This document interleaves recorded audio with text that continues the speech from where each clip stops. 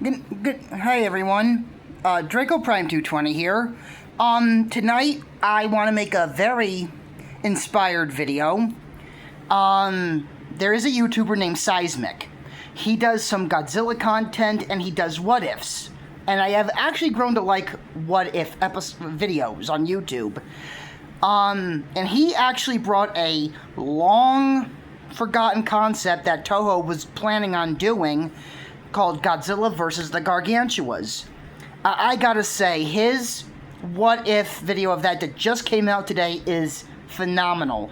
The story, if you're a fan of kaiju, if you're a fan of Godzilla, if you're a fan of the Gargantuas, Gyra and Sonda, you gotta check this what if out. Seismic's link to his channel will be in the description box below. And this inspired me to make a video about the top 5 unmade Godzilla films I would like to have seen. Now, according to Toho, they are going to be making a Godzilla World Cinematic Universe after Godzilla Minus Zero. So, maybe some of these long-lost, unmade movies could actually become a reality after so many years. Bring them out of, all those scripts and concepts and maybe bring them into reality for an actual film. I heard actually 2 things. One about the Godzilla World Cinematic Universe that Toho wants to make after Godzilla Minus Zero, and then they want to go back. One of the people who work at Toho, who I guess one of the head people, said they want to go back to Suitmation. So maybe some of these unmade films that were planned for in the 60s and 70s can become a possibility now. Now, for my first of my top number 5 unmade Godzilla films I would have liked to have seen is actually Godzilla vs. Frankenstein. Yeah. I do know the whole thing with Willis O'Brien wanting to do his own movie, King Kong vs. Frankenstein, which I would have watched that too as honorable mention, because it was because of John Beck, the jerk that he was. He pretty much went behind Willis O'Brien's back, and you would know the story. But I would have watched, and they even said that in one of the scripts, King Kong vs. Frankenstein was meant to be a sequel to 33 where Kong did not die. And he was in a comatose state. I'm going to be honest, that's a little far-fetched in my as well. It's a movie. In a movie, you can do pretty much anything. But King Kong, one, getting shot on top of the Empire State Building, falling off all that way down. And on top of it, if you look close, as they see it, since they show him falling at a distance, far away shot from the Empire State Building. If you notice closely, he hits his head as he's falling down after getting shot, and it looks like he's skidding against the side of the building as he hits the ground, as he gets closer to the ground. And when I heard that, I'm like, how would he survive that? Because not only does he have if there was even a chance he would survive, he has probably a bad concussion and broken bones just from the impact alone.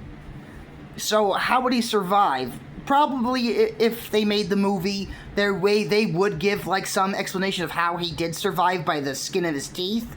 But I would have watched King Kong vs. Frankenstein, and it is such a shame that Willis O'Brien never got to get that off the ground and actually into a movie, because I can tell you what, I would have bought that movie.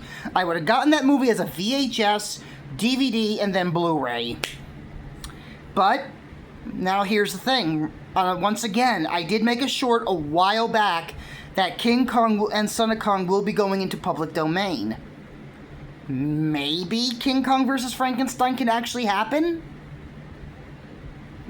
See, I just thought of that now. Maybe it can actually happen now. Unfortunate that Willis O'Brien is not with us, and it took all these years, if it is possible to happen once King Kong enters public domain. But, because right now, monster movies are all the craze. Godzilla is at his peak. Like, and even Kong is getting more popular. Like, you know, despite people saying we don't want no more Kong films. I'm sorry to say, that's probably going to happen by the time 2029 gets here. I think we're going to see a lot of cheap knockoffs, rip-offs, and actual Kong movies by actual studios. And I wouldn't be surprised if Toho actually got a chance to make another King Kong movie or two. But, yeah. My number 5 is I would have liked to have seen Godzilla vs. Frankenstein. That, I think, would have made a very bizarre, interesting movie. Because I did like Frankenstein Conquers the World. I did like the fact that Baragon was slow and lumbering, but Frankenstein was more fast on his feet and smarter. He relied on, like, tools and like, his agility, his smarts, not just his strength, but he relies on his intellect. And I thought the fight between him and Baragon was one of the highlights of that movie.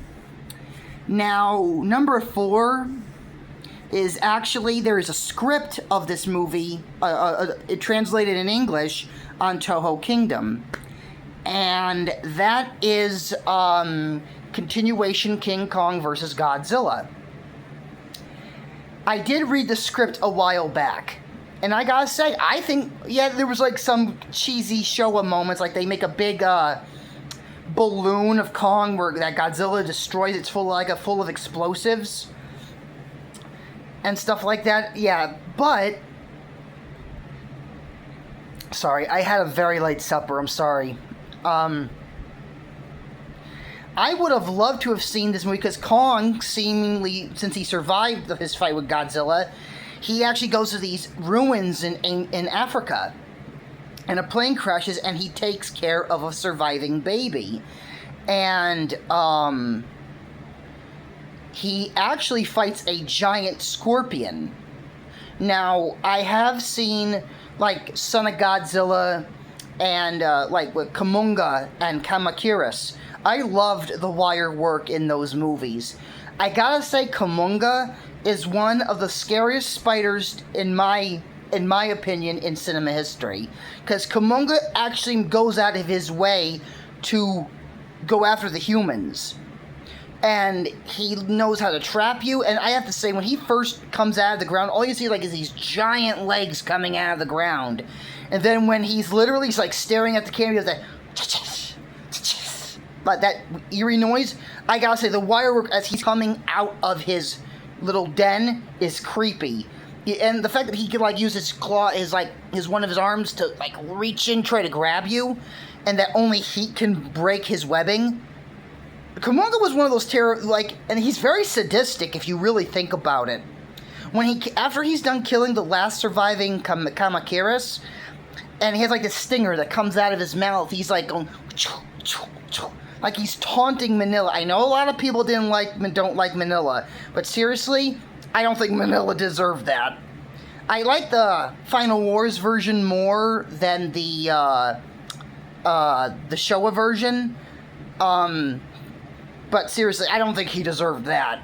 Like, the way Kamunga was, like, teasing, taunting Manila was sadistic. Like, I gotta say, Kamunga is a very sadistic kaiju, and he's very deceitful, because he even plays dead and then stings Godzilla right in the eye. And when you hear the, like, you hear the hit, like, into his eye, I'm like, oh my god.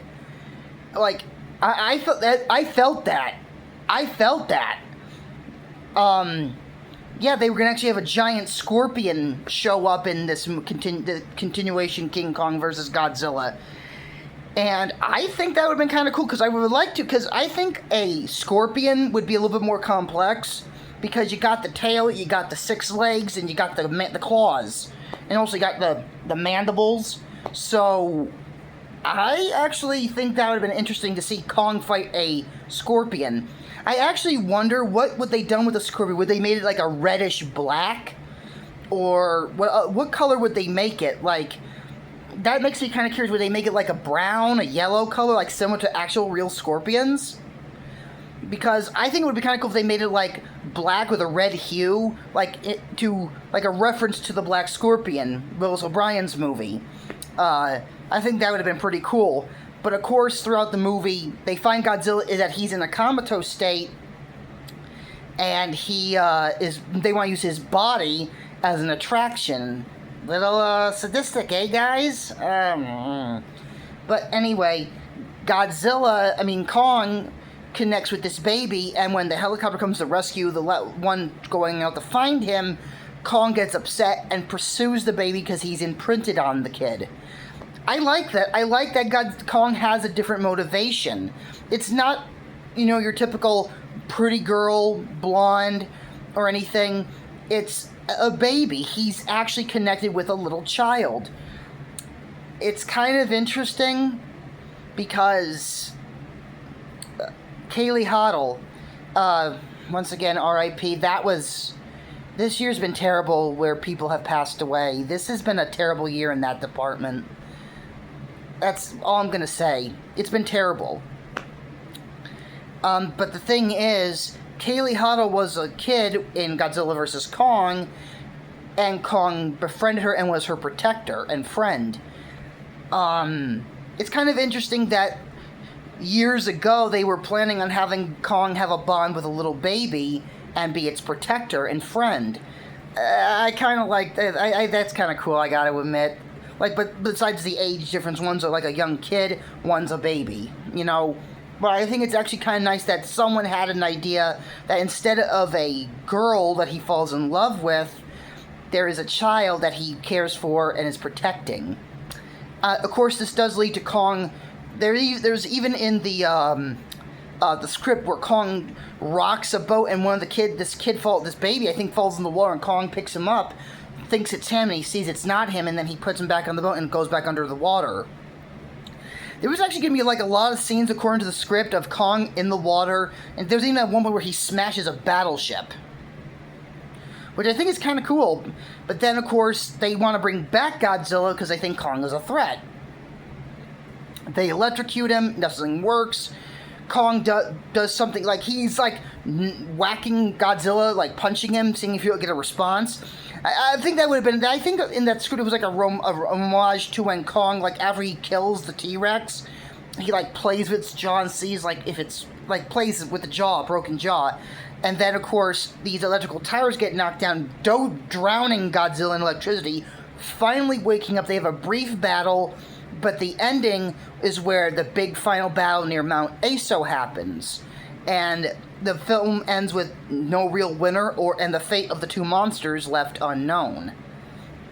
I really think that would have made a good movie as well. It's just a shame they never made that. The next one, number 3, is Godzilla Micro Battle, Godzilla vs. Gigamoth. There was actually a movie that they were thinking in the Heisei era of, where Godzilla attacks America, actually, not Japan. And, they actually have Mechanicon actually, fight, Godzilla, but Mechanicon has, these injectors that, they go all Fantastic Voyage by going into Godzilla's body to shut down his nuclear reactor, his heart. But due to the radioactive energy leaking from Mechanicon, creates a creature named Gigamoth. There was even a concept art of Gigamoth, one of his forms, attacking Godzilla, I think in Las Vegas, I believe. That would have been kind of cool, because you would have had not only Godzilla versus Mechanicon, but you also have this new monster, Gigamoth. So I really think that would have made a really good movie. Nothing is really known about the plot. There is some concept art of, Godzilla fighting, the humans fighting Godzilla antibodies, which I think would have been very interesting, because that's something that would have been unique, something we never saw before, and on top of that, we would have had Godzilla fighting Mechanicon, so that would have been pretty cool. Number 2 is actually they wanted to make a Heisei version of King Kong Godzilla vs. King Kong. but due to the rights of ownership of King Kong, they couldn't do it, so they had to make Godzilla vs. King Ghidorah. Now, I would have loved to have seen a Heisei version. Like, would they have made like a version of the '76 King Kong suit?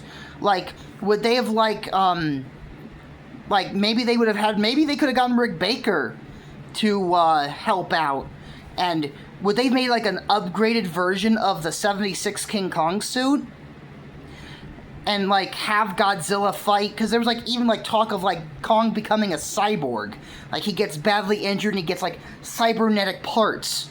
That would have been an interesting take, where the lady that he kind of falls in love with just uses him and just sees him as a asset, pretty much. An asset. And I'm like, that would have been an interesting movie I would have loved to have seen. Now, number one, and I really don't think this is a surprise, there was concept art of this, but there was like two different versions of this movie that they were wanting to make. They wanted to make like, it was like a co-production between Toho and I think Saperstein Pictures and Henry G. Saperstein, I believe, where they wanted Godzilla to fight the Gargantuas. Ironically, I watched that What If video today from Seismic. Now that I've seen this What If, I would have wanted, because think about it, and on a side note, another honorable mention, they were going to make a continuation of War of the Gargantuas. I think they could have made a War of the Gargantuas trilogy, where they had the first War of the Gargantuas, its continuation sequel, and then the ultimate roundup of this trilogy, Godzilla vs. the Gargantuas, where Godzilla fights Gyra and Sonda. There was like even concept art, I believe, of like Godzilla in the water, Sonda is on top of Godzilla's back, while, or is that, I don't know if that's Gyra or Sonda on top of him, and one of the other Gargantuas like grabbing Godzilla by the tail.